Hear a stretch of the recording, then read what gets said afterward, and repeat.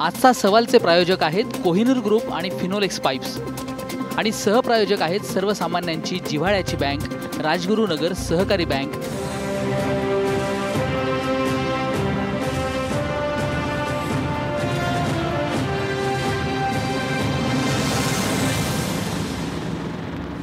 नमस्कार, मी आशिष जाधव। आजचा सवालमध्ये तुमचं स्वागत आहे। श्रावण थोड्याच दिवसात सुरू होईल। सध्या या मान्सूनच्या सीझनमध्ये मुंबईमध्ये एक उत्सव होतो, तो म्हणजे दहीहंडीचा। आता याला राजकीय स्वरूप आलेलं आहे। ठिकठिकाणचे राजकीय नेते, मग त्यामध्ये नगरसेवक आहेत, त्यामध्ये आमदार आहेत, खासदार आहेत, मंत्रीसुद्धा आहेत, हौशे गवशे नेतेसुद्धा आहेत। सगळेच राजकीय पुढारी आहेत। ते आपापल्या मंडळांकडनं दहीहंडीच्या थरावर थर लावतात, बक्षिसांच्या राशीवरती राशी लावतात आणि त्यामध्ये जीवाचा खेळ होतो, अशी तुमची आमची नेहमीची ओरड असते। पण आता हायकोर्टानं या दही मंडळांना नाही तर राज्य सरकारला हे विचारलेलं आहे की दहीहंडी जर का साहसी खेळ असेल तर मग तो कसा।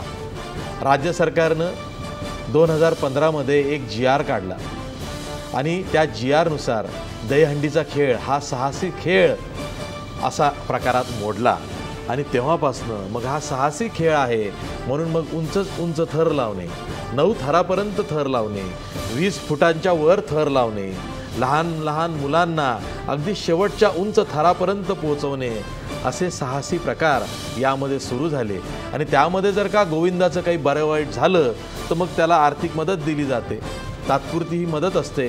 नंतर त्या गोविंदाचं काय होतं, त्याच्या घरच्यांचं काय होतं, त्याचा कोणी वाली असतो का, हा पुन्हा भाग वेगळा आहे। या संबंध विषयावरती आज आपल्याला चर्चा करायची। आपला आजचा सवाल बघा, दहीहंडीला साहसी खेळाचा दर्जा देणं योग्य आहे का? हायकोर्टानंच विचारलंय। हायकोर्टानं राज्य सरकारला हे विचारलंय, दहीहंडी हा साहसी खेळ कसा। आपण म्हणतोय राज्य सरकारनं जो दर्जा दिलेला आहे साहसी खेळाचा तो कसा। या आपल्या आजच्या सवालमध्ये महत्त्वाचे मुद्दे आहेत, ज्यावर आपण सविस्तर चर्चा करणार आहोत। आपल्यासोबत चर्चेला या विषयावर भालचंद्र शिरसाट आहेत। बऱ्याच दिवसांनी भाजपचे म्हणजे मुंबई भाजपचे प्रवक्ते आहेत भालचंद्र शिरसाट आलेले आहेत। त्याचबरोबर पांडुरंग म्हस्के आहेत, सकाळ टाइम्सचे मुंबईचे ब्युरो चीफ आहेत, पत्रकार आहेत पांडुरंग म्हस्के। तसंच आपल्यासोबत 9 थरांचा रेकॉर्ड ज्या जोगेश्वरीच्या जय जवान गोविंदा पथकानं केला, त्या गोविंदा पथकाचे गोविंदा विजय निकमसुद्धा आहेत। तसंच आपल्यासोबत याचिकाकर्त्यांची जी याचिका या खटल्यामध्ये आली आणि त्यावरूनच काल हायकोर्टानं राज्य सरकारला फटकारलं। मुंबई भाजपचे अध्यक्ष आशिष शेलार यांना कानपिचक्या दिल्या। ते याचिकाकर्ते, त्यांचे वकील आहेत आपल्यासोबत नितीन निवसे, तसंच ज्येष्ठ क्रीडा पत्रकार BV करमरकरसुद्धा पुण्यावरनं आपल्यासोबत फोन लाईनवरनं आहेत। मी या चर्चेला सुरुवात करतो ती भालचंद्र शिरसाट तुमच्यापासून, कारण तुमच्या मुंबईच्या भाजपचे अध्यक्ष आशिष शेलार यांना सरकारला तुम्ही का काही सांगत नाही?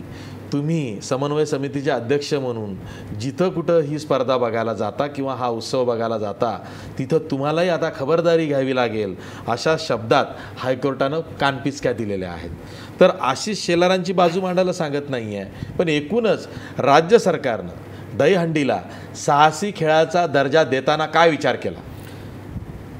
राज्य सरकारने जे दहीहंडीला साहसी खेळाचा दर्जा देण्याचा विचार केला, त्यासाठी पहिलं त्यांनी 11 फेब्रुवारी 2015ला एक शासन निर्णय केला आणि एक समिती गठीत केली आणि ही समितीमध्ये अध्यक्ष आशिष शेलार होते, परंतु शिवसेनेचे आमदार प्रताप सरनाईक, राष्ट्रवादीचे आमदार जितेंद्र आव्हाड, सहसचिव विधी न्याय, उपसचिव महिला बाल विकास, पोलीस उपायुक्त महानगरपालिका, दहीहंडी संघटनेचे तज्ज्ञ आनंद सावंत, अरुण बागलकर आणि साळवी जे साहसी खेळाचे तज्ज्ञ आहेत, अशी एक समिती निर्माण केली आणि या समितीचं गठन करून या समितीला अहवाल द्यायला सांगितला आणि या अहवालाच्या अनुषंगाने 11 ऑगस्ट 2015ला साहसी खेळाचा याला दर्जा दिला। त्याच्यामध्ये असं म्हटलेलं आहे महाराष्ट्रामध्ये साहसी खेळाला प्रोत्साहन दिलं पाहिजे, हे क्रीडा खात्याचं आणि महाराष्ट्र सरकारचं धोरण आहे आणि त्यासाठी महाराष्ट्र स्टेट ॲडव्हेंचर स्पोर्ट्स सेंटरची स्थापना करणार आहोत. आपण वेगवेगळे खेळ बघतो, स्कीइंग आहे, स्नो बोर्डिंग आहे, पॅरासेलिंग आहे, हँड ग्लायडिंग आहे, पॅराग्लायडिंग आहे, जलक्रीडा आहे, माउंटनिंग आहे, ट्रेकिंग आहे, यामध्ये साहसी खेळ आहेत. यासाठी आपण प्रोत्साहन देतो. दहीहंडीत मानवी थर जे रचना आहे ते केवळ एका दिवसासाठी न रचता तो एक खेळ व्हावा, वर्षभर खेळला जावा, जास्तीत जास्त उंच मानवी थर रचता यावेत, अशा प्रकारचा सराव त्या मंडळाने करावा आणि खेळ म्हणून स्पर्धात्मक दृष्टीने तो खेळला जावा, याबद्दल महाराष्ट्र शासनाने हा निर्णय केला. परंतु हा निर्णय करत असताना कोर्टामध्ये आणि न्यायालयाचे आदेश आणि न्यायप्रविष्ट काही याचिका होत्या, त्या याचिका लक्षात घेऊन जी मार्गदर्शक तत्त्वे आहेत त्या बाबतीमध्ये त्यांनी असं स्पष्ट म्हटलेलं आहे, गोविंदा या खेळाच्या आयोजनाची नियमावली राज्य संघटनेने तयार करावी आणि ही करत असताना न्यायालयाचे निर्देश, न्यायालयाचं म्हणणं हे लक्षात घेऊनच ती नियमावली केली जावी आणि ही नियमावली करताना त्यात सुरक्षेवरती भर दिला जावा. सुरक्षेची कुठली उपकरणं असली पाहिजे, तातडीची वैद्यकीय मदत असली पाहिजे, या सर्व गोष्टीचा अंतर्भाव करून मग याला साहसी खेळ खेळावा. साहसी खेळ खेळत असताना प्रिकॉशन हे अत्यंत आवश्यक आहे, सेफ्टी इक्विपमेंट अत्यंत आवश्यक आहेत आणि त्याशिवाय साहसी खेळ खेळता येणार नाही. म्हणून गोविंदा या सणाला, एक दिवसाच्या उत्सवाला वर्षभराच्या साहसी खेळाचा दर्जा देऊन महाराष्ट्रातील संस्कृती जपण्याचं काम माननीय ॲडव्होकेट आशिष शेलार आणि माननीय मुख्यमंत्री देवेंद्रजी फडणवीस यांनी केलेलं आहे. ठीक आहे, हे एक लचक असं विवेचन भालचंद्र सिरसाट यांनी केलेलं आहे. त्यांनी सरकारची बाजू मांडली, त्याचबरोबर आशिष शेलारांचीही मांडली. ठीक आहे, पण याचिका गेली हायकोर्टात आणि याचिकाकर्त्याचे वकील आहेत आपल्यासोबत ॲडव्होकेट नितेश नेवसे.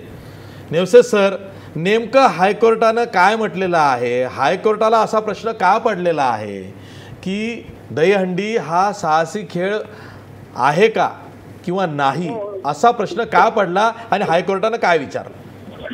त्याचं काय झालं की हायकोर्टाने पहिले विचारले की साहसी खेळाची व्याख्या काय ते सांगा.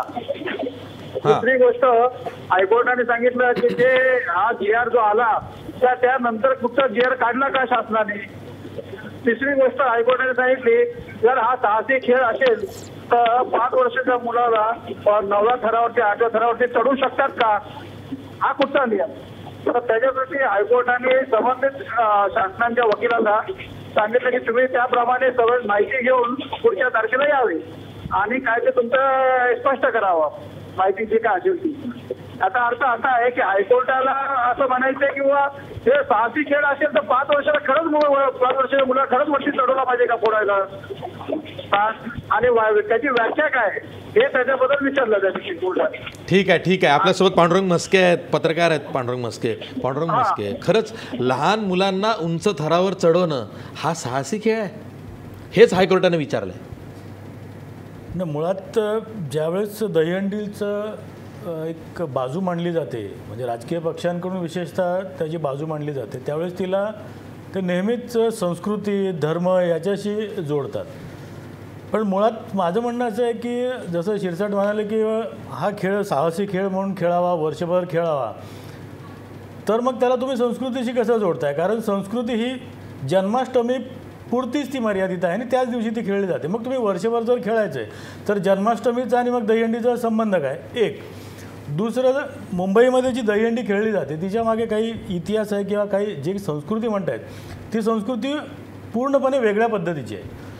मुंबईमध्ये पूर्वी प्रत्येक चाळीमध्ये व्यायामशाळा होत्या, त्या प्रत्येक व्यायामशाळेचे कबड्डीचे संघ होते. ती कबड्डी खेळणारी जी मुलं आहेत ती त्यांच्या व्यायामशाळेमध्ये व्यायाम करायची आणि त्याचा वापर ते कबड्डीसाठी, म्हणजे जसं आपण पश्चिम महाराष्ट्रात गेलो तर एक तालीम असते आणि तिथे मल्ल तयार होतात, त्या पद्धतीने मुंबईची ही संस्कृती आहे. हीच मुलं दहीहंडी खेळायची. त्यावेळेला हा दहीहंडी हा खेळ म्हणून नव्हता, तर एक मजा, जन्माष्टमीचा एक जल्लोष म्हणून ते खेळायचे. आणखी एक सांगतो की मुंबईमध्ये जन्माष्टमीच्या दिवशी दहीहंडीचा हा जथ्था ज्यावेळेस निघायचा त्यावेळेस त्यांच्याबरोबर एका देखावा केलेला असायचा की श्रीकृष्णाच्या जन्मावर आधारित. आपण ज्याला संस्कृती जी म्हणतो ती ही संस्कृती आहे. त्यावेळेस असे 10-10 आणि 9-9 थर लागत नव्हते.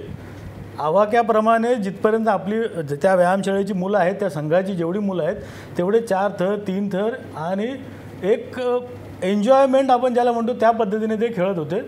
आणि आत्ता जे तुम्ही स्पर्धा आणि ह्या एका जीवघेण्या याच्याकडे चाललेले आहात ते खरं तर चुकीचं आणि वाईट आहे. उत्सवाचा इव्हेंट झालेला आहे. नाही, इव्हेंट होऊ नये, तो एक जीवघेणा इव्हेंट होत चाललेला. हा, जीवघेणा इव्हेंट होत चाललेला आहे. आपल्यासोबत विजय निकम आहे, ते गोविंद आहे, जय जवान गोविंदा पथकाचे. विजय निकम, तुम्ही खरंच वर्षभर तयारी करता दहीहंडीच्या दिवसाची?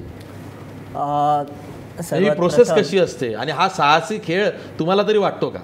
ओके, सर्वात प्रथम मी तुम्हाला सर्वांना असं सांगू इच्छितो की दहीहंडी म्हणजे ज्याला आपण दहीकाला उत्सव म्हणतो, पारंपरिकतेपासून आता ग्लोबलायझेशनकडे चाललेला एक प्रकारचा उत्सव अधिक खेळ, दोन्ही याचा मिलाप झालेला आहे. सुरुवातीचा जसं सरांनी सांगितलं की पहिलं पारंपरिक स्वरूपामध्ये हा उत्सव मोठ्या प्रमाणात साजरा केला जायचा. आता ती कदाचित पारंपरिकता कुठेतरी लोप पावते आणि त्याचं एक इव्हेंट होतं आहे असं कदाचित म्हणणं असेल.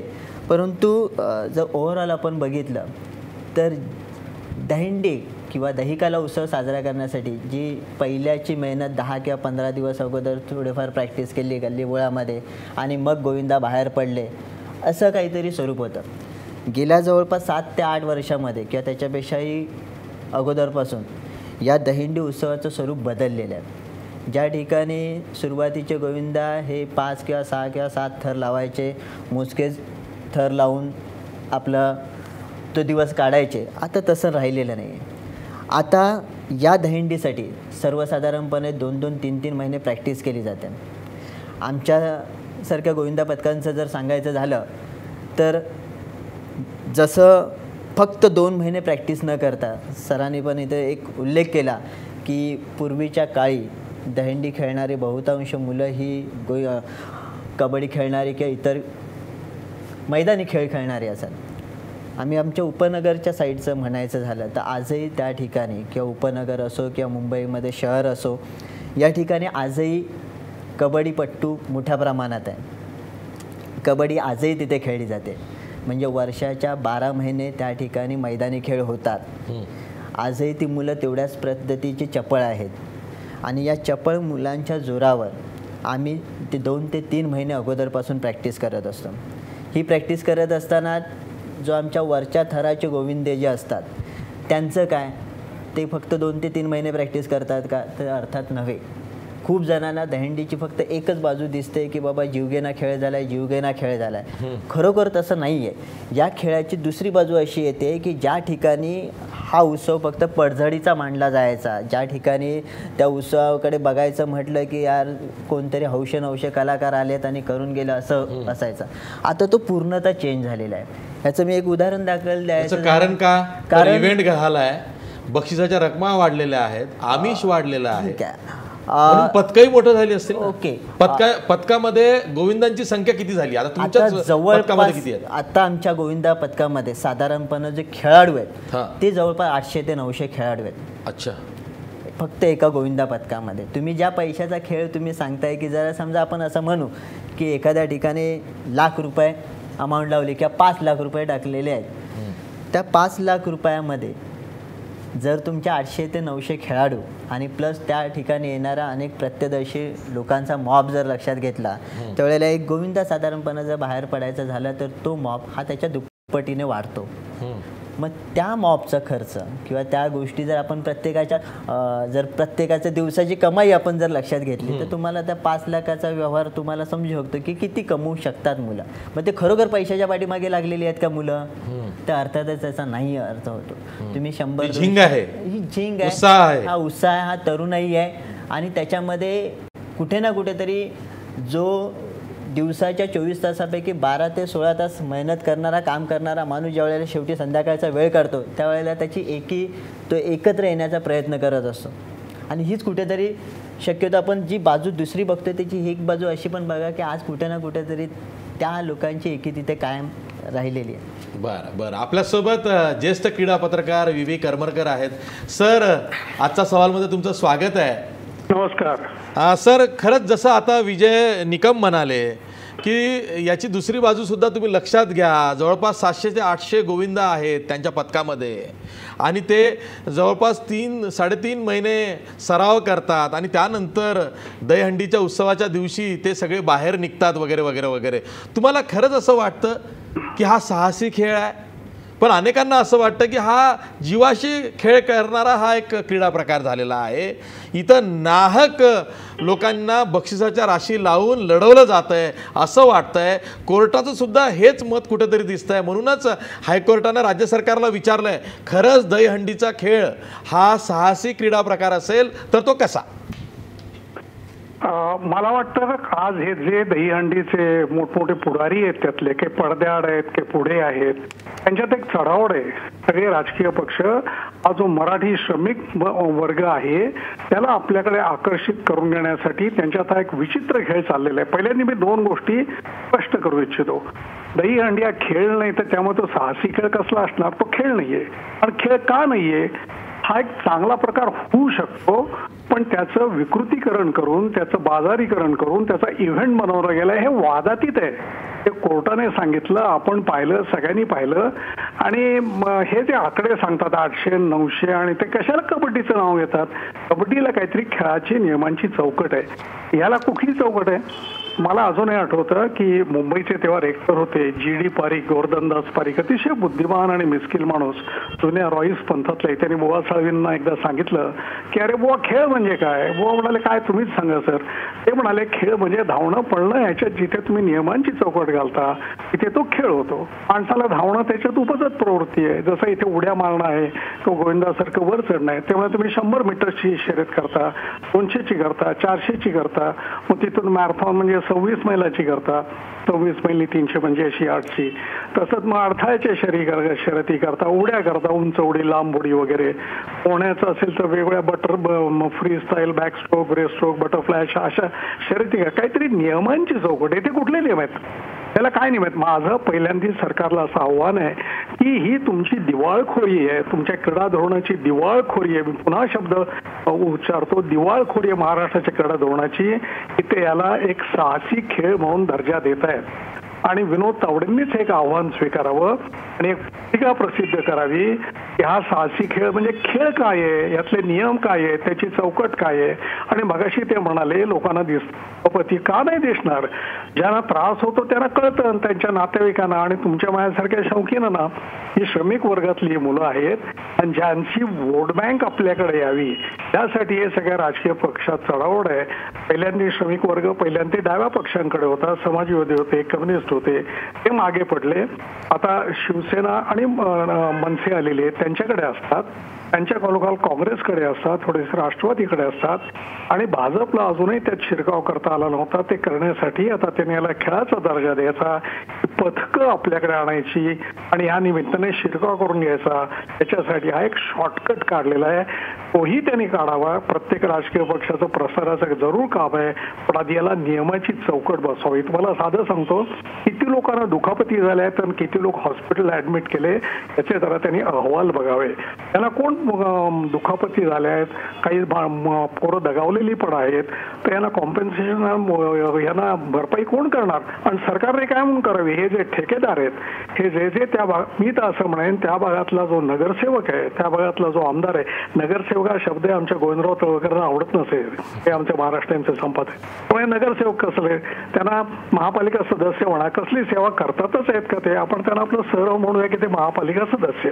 तर महापालिका सदस्य कदाचित हवं असतं तर सरकारचा माणूस म्हणून जिल्हा क्रीडाधिकारी, पण तोही याच्यात खरा आणू नये, कारण त्याला यातलं काही कोणी विचारत नसतं. तिथला जो महापालिका सदस्य आणि हे जे मंडळ आणि ठेकेदार आहेत त्यांच्या एका कमिटीतले लोक, त्या ज्या दुखापती झाल्या आहेत त्या तुम्ही कशा टाळणार? माझं म्हणणं आहे, पहिली एक अट कुठल्याही परिस्थितीत घातली पाहिजे, त्याच्या खाली एका विशिष्ट गोलाकार किंवा चौरस याची एक फोम मॅट टाकली पाहिजे. म्हणजे की जो गोविंदा आहे तो बिचारा वरून खाली जेव्हा पडतो तर तो किंवा 4 लोक 10 लोक पडतात, कोसळतात खाली, तेव्हा त्यांना दुखापती होणार नाहीत. फोम मॅट आपण पाहता, आपण जिम्नॅस्टिक्सला बघतो, अनेक खेळात बघतो ती फोम मॅट आहे. माणूस त्याच्यावर पडला की तो बाउन्स होतो, उसळतो, त्याला दुखापती होत नाहीत, त्याचं कुठे शरीराला फारसा त्रास होत नाही, तर ते दिलं पाहिजे. आणि ह्या जोवर ह्या गोष्टी होत नाहीत तोवर एक निव्वळ हा प्रकार आहे तुमचा होतो खेळ, म्हणजे पुढाऱ्यांचा होतो खेळ आणि या गोविंदांचा जातो जीव, असा हा प्रकार आहे. लहान पोरांना आणि कोर्ट सोडणारच नाही त्यांना आता न्यायालय, मला 100% खात्री आहे. पण ज्या प्रकारे हा खेळ बुडण्याचं सांगितलं गेलं, आणि मी असं विचारतो महाराष्ट्र शासनाला, विनोद तावडे जे क्रीडा मंत्री आहेत ज्यांना खेळांसाठी वेळ नाहीये, आपल्याला एवढं खेळाडूने नॅशनल गेम्समध्ये जे पदकं मिळवली आणि त्यांना जे इनाम आहे ते 2-2 वर्ष रखडलेलं आहे. खेळाला कुठला आकार नाही, खेळाला कुठलं बजेट नाही, जे कॉन्ट्रॅक्टवर नोकर आहेत की ते कोचेस आहेत त्यांचे महिनोन महिने पगार थकलेले आहेत. असं जे हे आहे त्यांना चांगली चपराक बसणार आहे, पण नसलेलं धोरण आहे. तर हा कुठला खेळ आणता तुम्ही? अरे ऑलिम्पिक मधले आहेत खेळ, आणि ऑलिम्पिक मध्ये नसलेले कबड्डी, खो खो, कुस्ती, मलखांब असे खेळ आहेत, त्यांना तुम्ही वर आणा ना. हे कुठले उगाच काहीतरी आणता. अगदी बरोबर आहे, अगदी बरोबर आहे. व्ही करमरकर सर, तुम्ही आमच्यासोबत असेच राहा. आपण एक ब्रेक घेणार आहोत आणि ब्रेक नंतर जे प्रश्न व्ही करमरकरांनी उपस्थित केलेले आहेत त्याची उत्तरं भालचंद्र सिरसाट यांच्याकडनं घेण्याचा आपण प्रयत्न करणार आहोत. त्यांनी सरकारच्या डोळ्यात अंजन घातलेलं आहे की तुम्ही कशाला साहसी क्रीडा प्रकार म्हणताय, साहसी खेळ म्हणताय, याची तरी तुम्हाला जाणीव आहे का, असा प्रश्न त्यांनी विचारलेला आहे. त्यावरच उत्तर घ्यायचं आहे, पण ब्रेक नंतर.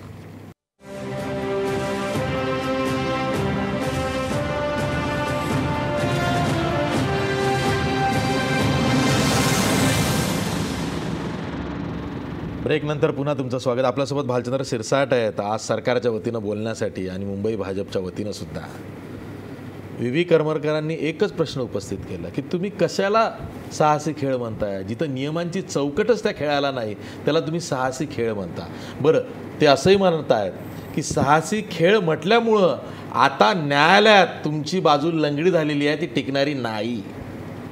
नाही, मला वाटतं ज्येष्ठ पत्रकार करमरकर सरांनी बाजू लंगडी झाली वगैरे असं म्हटलेलं नाही. अहो, त्यांचा बोलण्याचा अर्थ तोच होता, असं म्हटलेलं नाही. पण त्यांचं असं म्हणणं होतं की साहसी खेळ म्हणणं हे आता पूर्ण तुमचं गृहीतकच चुकलंय.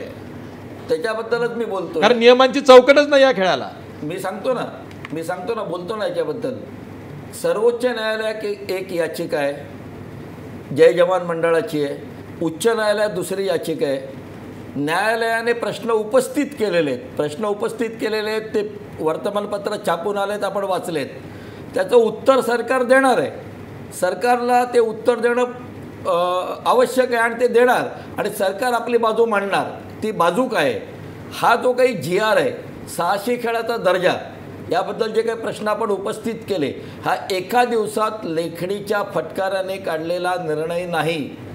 पहिला बैठका झाल्या, समन्वय समितीच्या बैठका झाल्या, आणि एक समिती गठन केली फेब्रुवारीमध्ये 2015.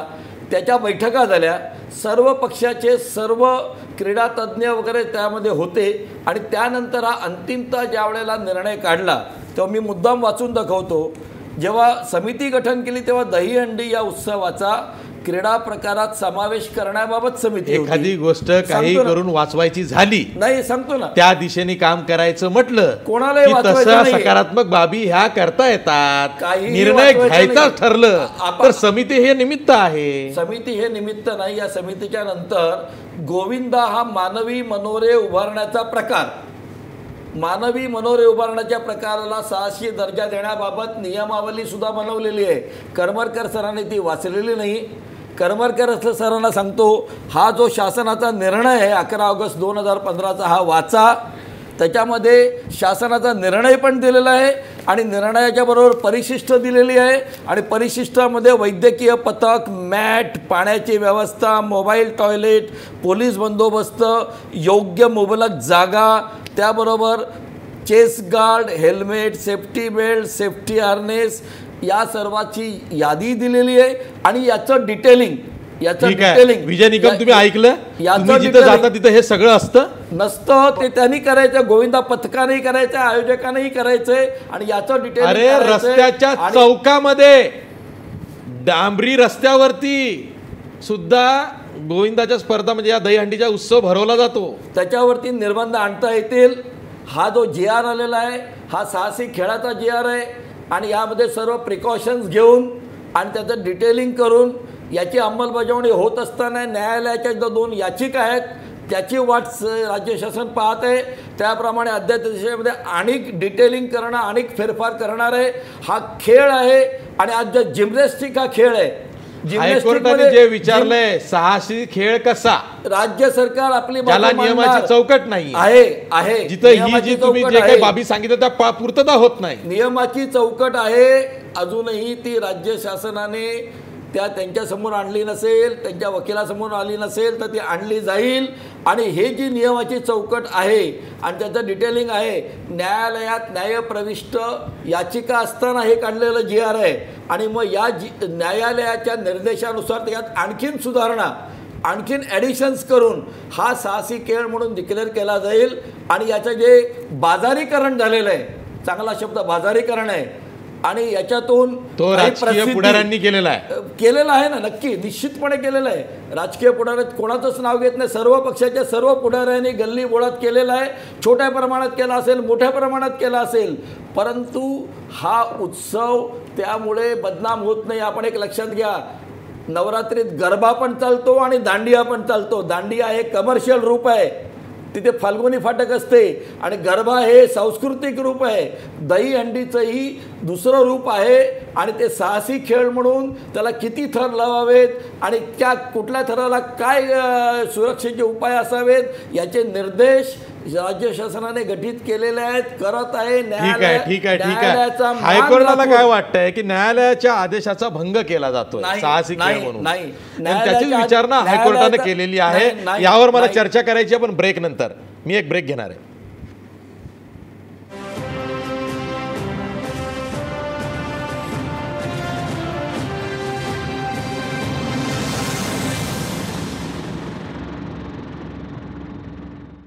ब्रेकनंतर पुन्हा तुमचं स्वागत. आपल्यासोबत पांडुरंग मस्के आहेत, पत्रकार. हायकोर्टाच्या असं लक्षात आलेलं आहे की जेव्हापासून साहसी खेळ असा दर्जा दिला दहीहंडीला, तेव्हापासून न्यायालयाच्या आदेशाचा वेळोवेळी भंग होतो आहे. म्हणजे जो आदेश भंग आहे तो मोठ्या प्रमाणात होतो आणि त्याची ती देखरेख समिती आहे ती कुचकामी ठरलेली आहे. म्हणूनच आशिष शेलारांना कानपिचक्या दिलेल्या आहेत. कशा पद्धतीनं आदेशाचा भंग होतो आहे ना? मुळात हा खेळ आहे की संस्कृती आहे, आधी हे संबंधित यंत्रणांनी ठरवावं की हा खेळ आहे का आमची संस्कृती आहे. कारण नियम आले की मग संस्कृतीवर घाला होतो आणि मग आमच्याच संस्कृतीवर, आमच्याच धर्मावर हे बंधनं का अशी ओरड सुरू होते. ते आधी ठरवावं आणि मग त्याच्या पुढं आपल्याला जाता येईल. आता आदेशाचा भंग जो म्हणताय, मला सांगा कुठच्या खेळामध्ये बाहेरचे प्रेक्षक तुमच्यावर पाण्याने भरलेले फुगे मारतात किंवा पाणी सोडलं जातं खेळाडूंवर? जर का हा खेळ आहे म्हटलं तर त्या थरात उभे राहणारे प्रत्येकजण हा खेळाडू आहे आणि त्या खेळाडूला प्रेक्षक कुठच्या खेळामध्ये मला दाखवा की ते डिस्टर्ब करतात प्रेक्षक. मग तुम्ही खेळाचे नियम जे आहेत ते आधी ठरवा, काय करायचं आपल्याला. ते क्रिकेट खेळत असताना जर का पॅव्हिलियनमधल्या एखाद्या प्रेक्षकाने त्याला डिस्टर्ब केलं तर त्या प्रेक्षकावर कारवाई होते. इथं आपण बघतो की दहीहंडीचे थर लागतात आणि बाहेरून पाण्याने भरलेले फुगे मारले जातात, वेडीवाकडे अनाउन्समेंट केली जाते. जे इव्हेंट मी बघितलेले आहेत, हे दहीहंडीचे मोठे मोठे लाखोंचे इव्हेंट बघितलेले आहेत, तिथं पाण्याचे स्प्रिंकलर्स लावलेले आहेत. कुठच्या खेळामध्ये, मल्लखांबाच्या खेळामध्ये खेळाडूच्या अंगावर पाण्याचे स्प्रिंकलर्स लावलेले आहेत. म्हणजे तुम्हाला खेळ काय पद्धतीने खेळायचा याचंच जर का आधी ठरलेलं नाही आहे तर न्यायालय जे सांगते ते योग्यच सांगते. न्यायालयाने कुठं चुकीचं सांगितलेलं आहे? तुम्ही न्यायालयाचं म्हणणं असंच आहे की माणसाचा जीव महत्त्वाचा आहे. कोणत्याही खेळामध्ये माणसाचा जीव हा महत्त्वाचा आहे आणि त्यानंतर इतर गोष्टी येतात. त्यामुळे न्यायालयाने जे सांगितलेलं आहे त्याचं पालन करणं आणि त्या कक्षेत राहूनच तुम्हाला तुमची संस्कृती जपणं भाग आहे. बरोबर आहे. विजय निकम, प्रश्न असा आहे की मोठे मोठे इव्हेंट्स होत आहेत, अनेक ठिकाणी ही दहीहंडी स्पर्धा भरवली जाते, लाखोंची बक्षिसं ठेवली जातात. अनुभव असा आहे किंवा जे लोकांना दिसतं ते कसं आहे की तिथं एक स्टेज असतं, त्या स्टेजवरनं जो आयोजक पुढारी आहे तो हातात माईक घेऊन वेडं वाकडं बरबळत असतो, तो अनाऊन्समेंट करत असतो आणि त्यात हा खेळ तो आटोपता घेतो. म्हणजे स्पर्धा, इकडं तू थर लाव, तू सराव कर, तू वर जा, प्रोत्साहन देत असतो. मला हे विचारायचं आहे की ते सगळं काही एका दिवसासाठी असतं. वर्षभर तुम्ही सराव करत असता, मग तुम्हाला या आयोजकांकडनं कशा पद्धतीनं निमंत्रण येतं की तुम्ही आमच्या स्पर्धेत सहभागी व्हा. त्याचबरोबर हे आयोजक वर्षभर तुम्हाला एखादी दुखापत झाली तर काही मदत करतात का, तुमच्या खुराकीसाठी काही मदत करतात का, तुमच्या मेंटेनन्ससाठी काही मदत करता का, की केवळ एका दिवसासाठी या, दुखापत झाली तर तुम्ही तुमचं सहन करा, काही कमी जास्त झालं तर आम्ही थोडीफार मदत करू, बक्षीस जिंकलात तर रक्कम घेऊन जा, असा व्यवहार असतो? कसं आहे की जो दहीहंडी उत्सव एक दिवसासाठी साजरा केला जातो, जेवढी दहीहंडी मंडळं मुंबईमध्ये पूर्ण महाराष्ट्रामध्ये आहेत, त्यातल्या बहुसंख्य मंडळांचा वर्षभराचा जो जमा खर्च आहे, वर्षभराचा जो खेळाडूंचा खर्च आहे, याच्यावर नियंत्रण आणण्याचं संपूर्णतः काम हे त्या मंडळाचं किंवा गोविंदा पथकाचं असतं. आपण जर बघितलं तर या दहीहंडी पथकामध्ये येणारी मुलं ही एक तर गरीब किंवा सर्वसामान्य कुटुंबातली असते, ती कुठल्या श्रमिक वर्गातली आहे. हां, तर त्यामुळे त्या ठिकाणचा जो खेळाडू आहे, तो खेळाडू ज्या वेळेला मैदानामध्ये प्रॅक्टिसला येतो त्यावेळेला त्या मुलाची अटॅचमेंट त्या मंडळाशी फक्त 2 महिन्यासाठी नसते, ती त्याच्या वर्षभरासाठी त्यांच्या घरातल्यांशी सगळ्यांशी असते. राहता राहिला प्रश्न आयोजकांचा आणि त्या मंडळाचा किंवा गोविंदा पथकांचा संबंध. वास्तविक पाहता तर तुम्हा सगळ्यांना तर चांगलंच माहिती आहे, ज्ञात आहे की या संपूर्ण गोविंदा पथकांचा खर्च जो असतो तो सुद्धा लाखाच्या घरामध्ये चाललेला आहे. त्याचं कारणही तेवढंच आहे की जेवढा मॉब वाढला तेवढा त्यांचा खर्च वाढला, त्यांचा टी शर्ट बनियांचा खर्च वाढला, त्यांचा खानपानाचा त्या दिवशीचा खर्च, ट्रॅव्हलिंगचा खर्च सर्व आला. हे वजा जाता मग राहिलेली रक्कम काय करतं, तर त्या रकमेमध्ये त्या मुलांच्या कुटुंबासाठी किंवा त्याच्या घरातल्या कुठल्या शिक्षणाचा खर्च आहे किंवा मेडिकलचा खर्च आहे, तो खर्च आम्ही भागवत असतो. सर्वसाधारणपणे जय जवान गोविंदा पथक जवळपास आता नाही करून 9 वर्ष सलग 9 थर लावते. गेल्या वर्षी माननीय सुप्रीम कोर्टाचा जसा आदेश होता त्या आदेशा एका बाजूने आपण जर लक्षात घेतलं, आम्ही हा दाखवण्याचा प्रयत्न करतो आहे की या खेळाला दुसरी बाजू अशी आहे की जिथे ती सेफ्टी आहे. ह्युमन पिरॅमिड नावाचा एक प्रकार येतो जो आपल्या स्पेनसारख्या देशामध्ये खेळला जातो, ज्यांचा रेकॉर्ड आतापर्यंत होता. आज हा रेकॉर्ड जय जवान गोविंदा पथकाच्या नावावर आहे, जो आम्ही 2012 साली 43.79 फूट इतकी हाईट, आणि ते आपल्या भारताच्या नावे गिनीज बुकमध्ये रेकॉर्ड आहे. मग तो असाच झाला का? नाही, त्याला पण काहीतरी इतिहास आहे. गेल्या वर्षी जर 2016ची गोष्ट बघायची झाली तर आम्ही जवळपास सलग 4 ठिकाणी आम्ही मानवी मनोरे रचले. तुमच्याकडे क्लिप असतील, 9 थर लावलेले आणि त्याच्यामध्ये कुठेही प्रकारचं थर पडलेले नाही आहे, ते कंप्लीट उतरलेले आहेत. तुम्ही ते क्लिप पाहू शकता. माझा प्रश्न होता की हे जे आयोजक आहेत, मोठे मोठे पुढारी आहेत, त्यामध्ये हे तुम्हाला वर्षभर काही मदत करतात का, एका दिवसासाठीच फक्त सगळं? वर्षभराची मदत अशी नाही, त्यांच्याकडनं जे काही आर्थिक स्वरूपाचं सहकार्य येतं त्याच्यामध्ये ह्या गोविंदा पथकांना मॅनेज करायचं असतं. ते वर्षभर त्यांच्या पाठीमागे चला असं झालं तर हाच तर प्रश्न आहे, सेफ्टीचा, सुरक्षेचा प्रश्न आहे. एका दिवसाची सगळी शाळा होते, बरोबर. पुढारी आपलं मायलेज घेतात, आपला प्रचार करून घेतात, आपली पक्ष संघटना बळकट करण्याचा त्या भागामध्ये प्रयत्न करतात, स्वतःचं नाव मोठं करण्याचा प्रयत्न करतात. त्या बदल्यात जी लोक त्यांच्यासाठी राबतात, 9 थर लावतात, त्यांच्या देखभालीसाठी ते काही करतात की नाही, हाच तर प्रश्न आहे. मग नियमावली सगळीच पाहिजे, या आयोजकांनाही नियमावली पाहिजे सिरसाट. त्यावरती मी येणार आहे, पण ब्रेक नंतर पुन्हा याच प्रश्नावरती छाळणार आहे की आयोजक सुटता कामा नये. म्हणजे सगळं काही त्या खेळावरती येतं आणि आयोजक कोण आहेत? सगळ्यात जास्त मायलेज दहीहंडीमध्ये हे आयोजक घेऊन जातात, म्हणून ही चर्चा करायची. पुन्हा भेटूया ब्रेक नंतर.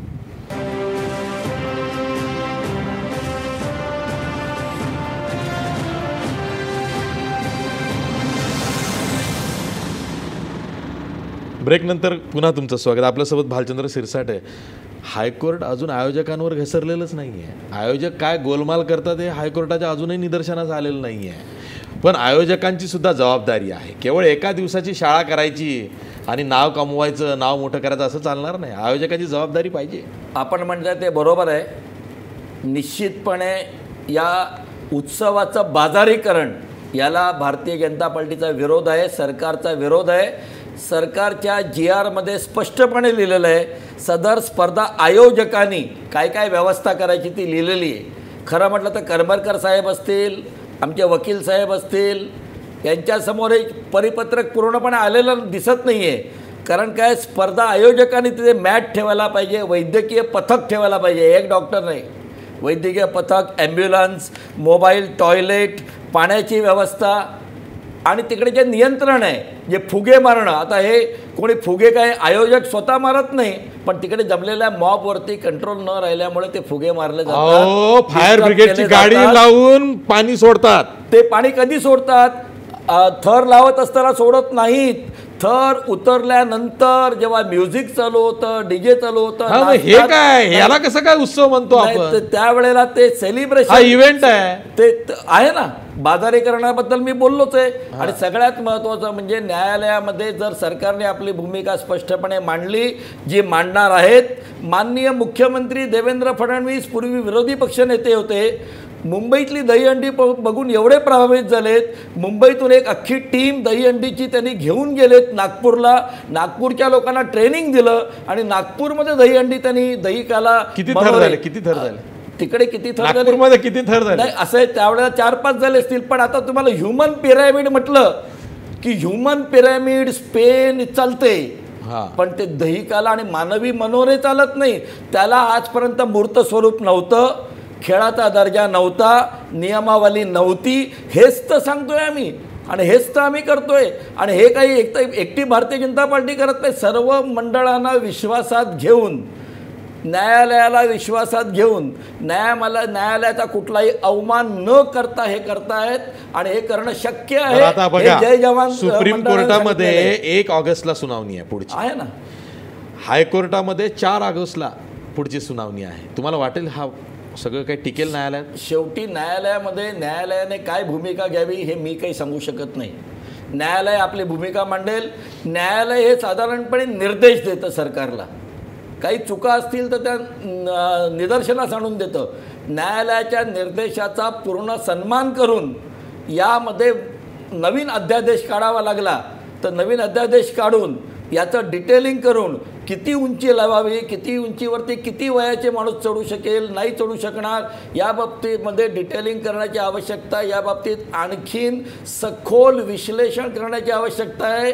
हा साहसी खेळ कसा, असा प्रश्न. ठीक आहे. बघा किती राजकीय रंग आहे त्याला. म्हणजे सरकारची तयारी जर का न्यायालयात हा म्हणजे क्रीडा प्रकार आहे ही बाजू जर का टिकली नाही आणि न्यायालयाने खारिज केलं तर वेळ प्रसंगी नवा अध्यादेश काढून या वर्षीची दहीहंडी करूच असं भाजप म्हणतंय. भारतीय जनता पार्टी करणार. करमरकर सरांचं काय भांडण आहे तावडेंशी मला माहित नाही, त्यांचे काय काय थकबाकी आहे तेही मला माहित नाही. पण एक नक्की आहे, नवा मुद्दा तुम्ही काढू नका. तावडेंकडे कशी थकबाकी आहे? त्यांचं असं म्हणणं आहे अनेक खेळाडूंना तुम्ही सरकार म्हणून आश्वासनं दिलेली आहेत इनामाची, त्या रकमा दिल्या गेलेल्या नाहीत. अनेकांना नोकरी देऊन सांगितलं ते गेलेलं नाहीये. अनेक खेळांकडे सरकारचं दुर्लक्ष होतंय, त्याकडे लक्ष नाही असं त्यांचं म्हणणं होतं. तुम्ही नको ते काही हे करू नका.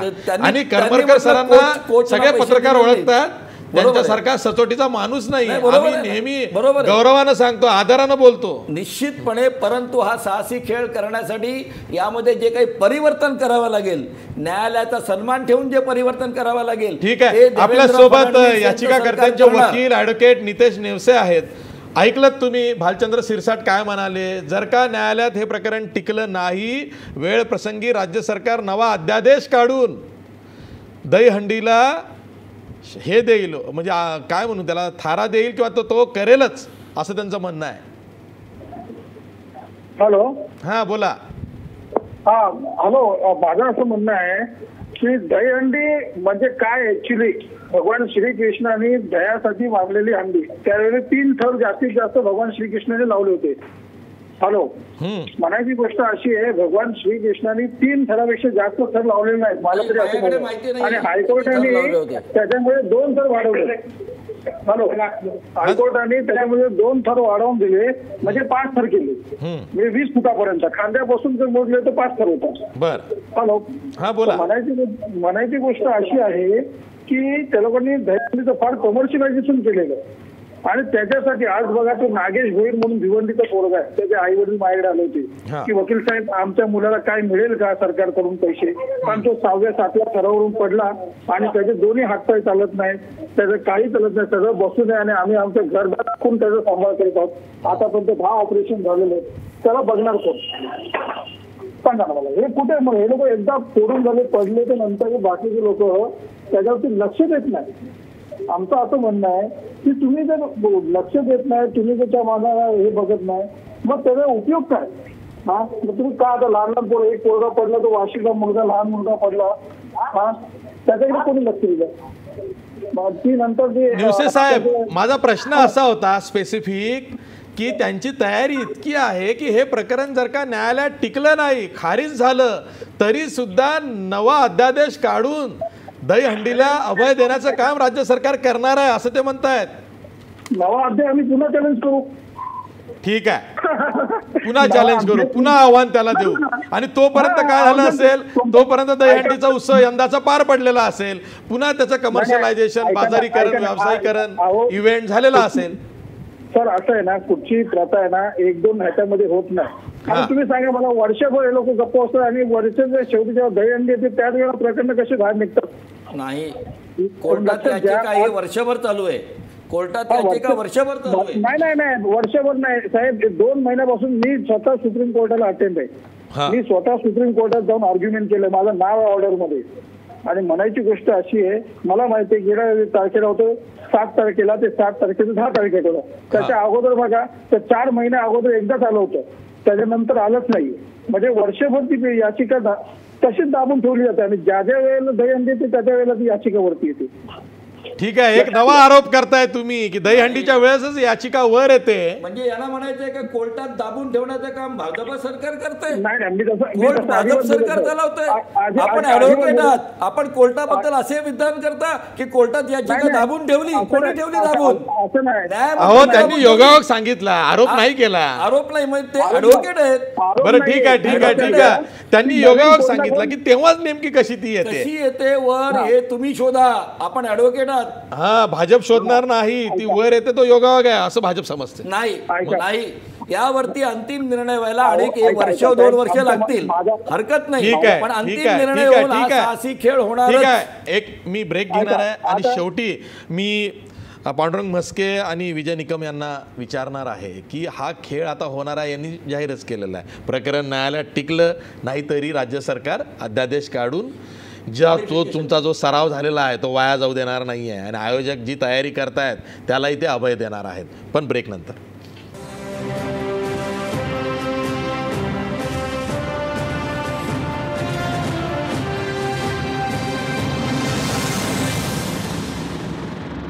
ब्रेक नंतर पुन्हा तुमचं स्वागत. आपल्यासोबत पांडुरंग म्हस्के आहेत. पांडुरंग, प्रश्न असा आहे की आता निवसेसुद्धा म्हणाले की आम्ही पुन्हा आव्हान देऊ. प्रश्न आव्हान देण्याचा, हे पुन्हा अध्यादेश काढू शकतात कारण तो राज्य सरकारचा अधिकार आहे, विधिमंडळात त्यांचं बहुमत आहे, विषय संपला. प्रश्न हा आहे की या खेळाला एक तर नियमाची चौकट तर नाहीच, आयोजकांना कुठला बेबंद नाही, म्हणजे ते मनमानी पद्धतीनं काहीही करू शकतात तिथे. अशा वेळी जी लोक या खेळासाठी खपतात आणि त्यांची श्रद्धा आहे म्हणून एवढे 700-800 लोक गोविंदा पथकामध्ये तयार होतात, त्यांची जी तयारी आहे त्यालासुद्धा एक नियमाची चौकट पाहिजे. ते काय करतात त्याचंही भान त्यांना पाहिजे. कारण जर का दुखापत झाली तर हे लोक काय तात्पुरती मदत करतात, सोडून देतात. आता त्यांनी एक उदाहरण सांगितलं भिवंडीचं, 10 ऑपरेशन झाले त्या मुलावरती. अशा वेळी हा जो सेफ्टीचा विषय आहे हा कसा हाताळला गेला पाहिजे? मुळात माझं म्हणणं असं आहे की हा खेळच नाही आहे. कोणत्याही खेळामध्ये खेळाडूकडे 2 पर्याय असतात, एकतर तो जिंकतो किंवा बाद होतो. हा एकमेव खेळ जर का तुम्ही म्हणता हा खेळ आहे तर ह्याच्यामध्ये तुम्ही एकतर जिंकता किंवा आयुष्यातून बाद होता. मला वाटत नाही जगात असा कुठचा खेळातून बाद नाही होतो, आयुष्यातून बाद होणारा खेळ मला वाटत नाही दुसरा कुठचा असेल.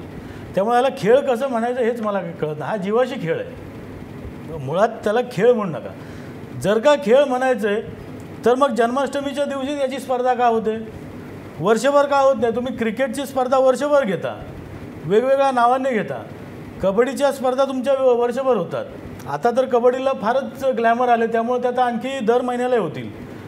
मग हा जर खेळ म्हणायचा तर ह्या स्पर्धा वर्षभर का होत नाही?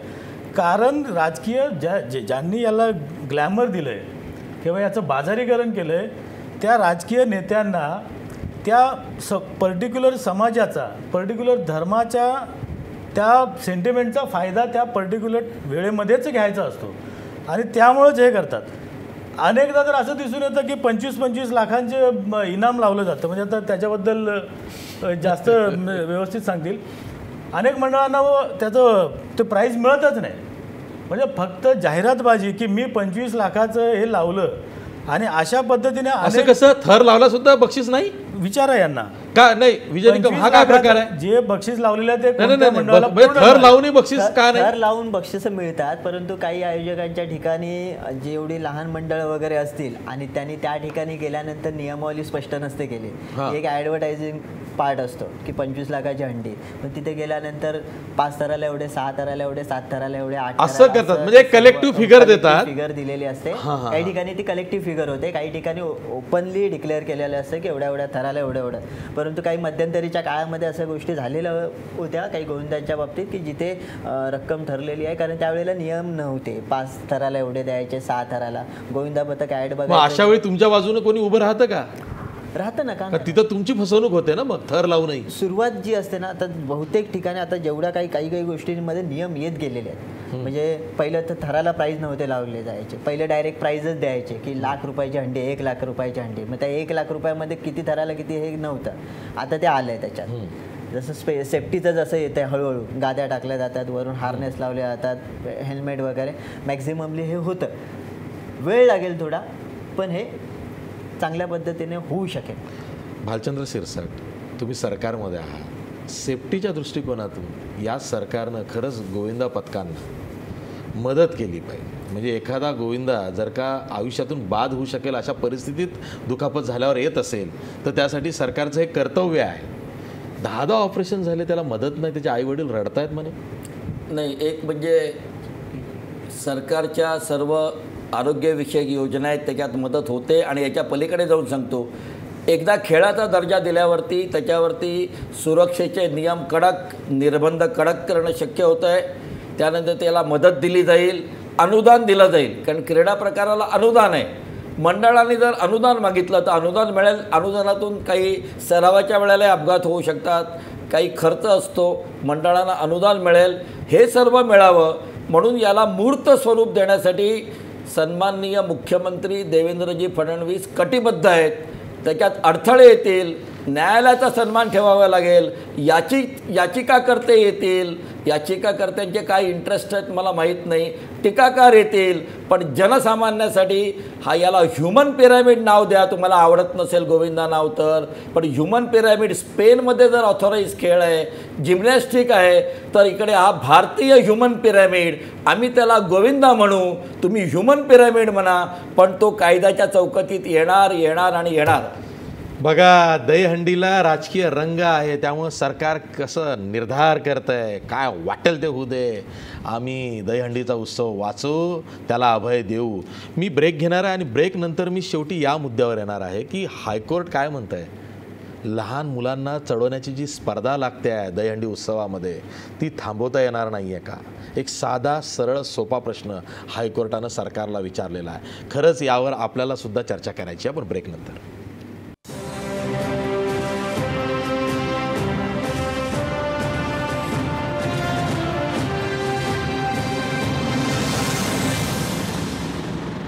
ब्रेक नंतर पुन्हा तुमचं स्वागत. माझ्याकडे फक्त 1 मिनिट आहे आणि तुम्हा तिघांनाही 15-15 सेकंद बोलायचं आहे. प्रश्न तोच की लहान मुलांचा वापर दहीहंडी उत्सवामध्ये 9व्या थरापर्यंत जाण्यासाठी केला जातो, तो हायकोर्टाला रोखायचा दिसतो. निश्चितपणे चुकीचं आहे. 5 वर्षाची 6 वर्षाची मुलं 9व्या थराला काय 5व्या थराला सुद्धा चढता कामा नये, यात कुठलीही शंका नाही. सरकारचं हे धोरण आहे आणि न्यायालयाच्या निर्देशाचा सन्मान केला जाईल. परंतु ज्या वेळेला 12 वर्षाखालील, कारण आपल्याला हा GRE काढलेला आहे, 12 वर्षाखालील कुठलाही मुलगा वरच्या थरावर जाता कामा नये असा राज्य शासनाचा निर्देश आहे. ठीक आहे, पांडुरंग मस्के. नाही, लहान मुलांनी वर जाणं खरं तर चुकीचंच आहे, पण जेव्हा तुम्ही स्पर्धा खेळ म्हणता ना तेव्हा त्याला एक वयाचं एक कॅटेगरी येते की या वयापासून या वयापर्यंतचीच मुलं त्या खेळतात. आपण क्रिकेटमध्ये बघतो की अंडर 18मध्ये 25 वर्षाचा मुलगा खेळत नाही, तो ठराविक वयोगटाच्या मुलांसाठीच तो खेळ असतो. त्या पद्धतीने वयाचे नियमन इथं व्हायला पाहिजे.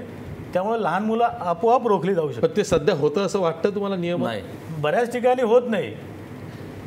विजय निकम, तुमच्याकडे काय परिस्थिती आहे? तुम्ही लहान मुलं पाठवता का वर?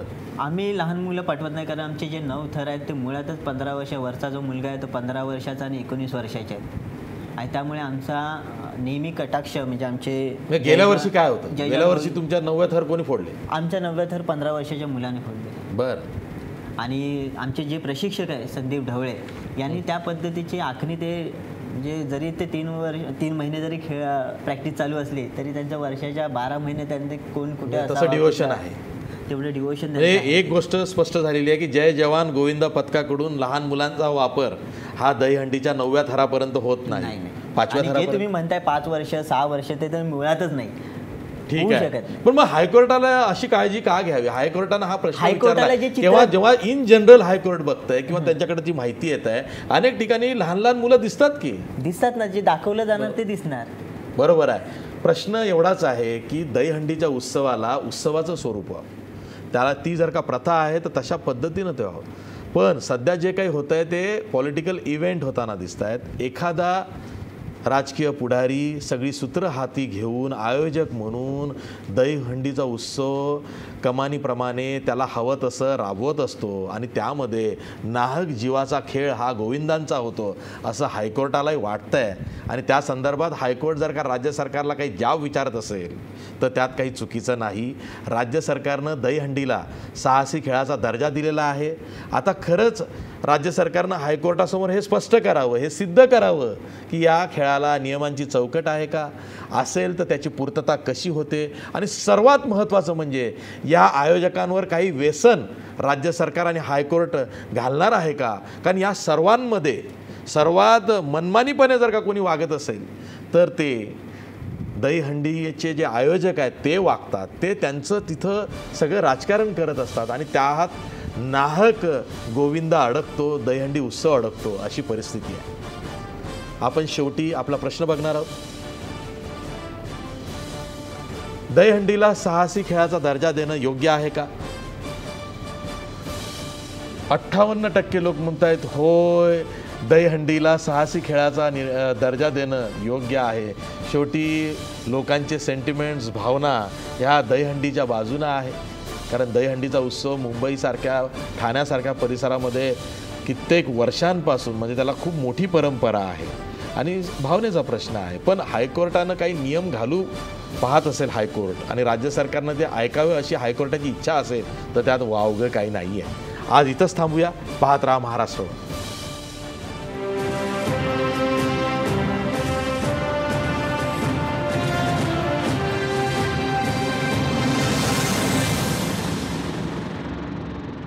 आजचा सवालचे प्रायोजक आहेत कोहिनूर ग्रुप आणि फिनोलेक्स पाईप्स आणि सहप्रायोजक आहेत सर्वसामान्यांची जिव्हाळ्याची बँक राजगुरुनगर सहकारी बँक.